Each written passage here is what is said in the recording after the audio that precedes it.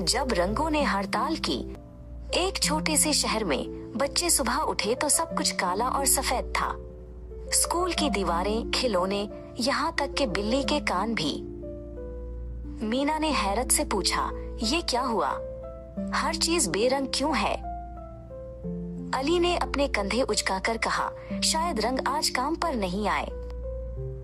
और वाकई आसमान पर रंगों की एक छोटी सी पार्टी नाराज बैठी थी। लाल रंग ने गुस्से से कहा, हम मजीद काम नहीं करेंगे।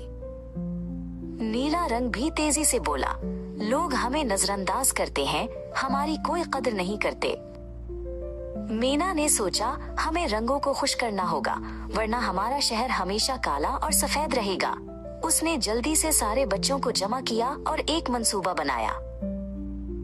सब बच्चे बाहर निकल आए और खुशियां फैलाने लगे।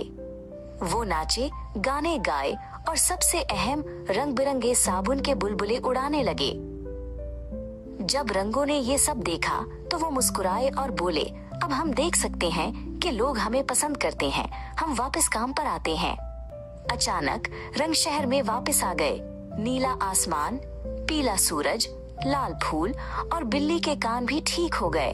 लेकिन कुछ अजीब हुआ। दरख्त गुलाबी हो गए और बिल्ली हरी। नीले रंग के कपड़े पीले हो गए। सब हंसने लगे क्योंकि दुनिया थोड़ी पागल मगर बहुत खुश नजर आ रही थी। मीना बोली, देखा, कभी कभी थोड़ा सा हंसी मजाक सब कुछ बदल सकता है।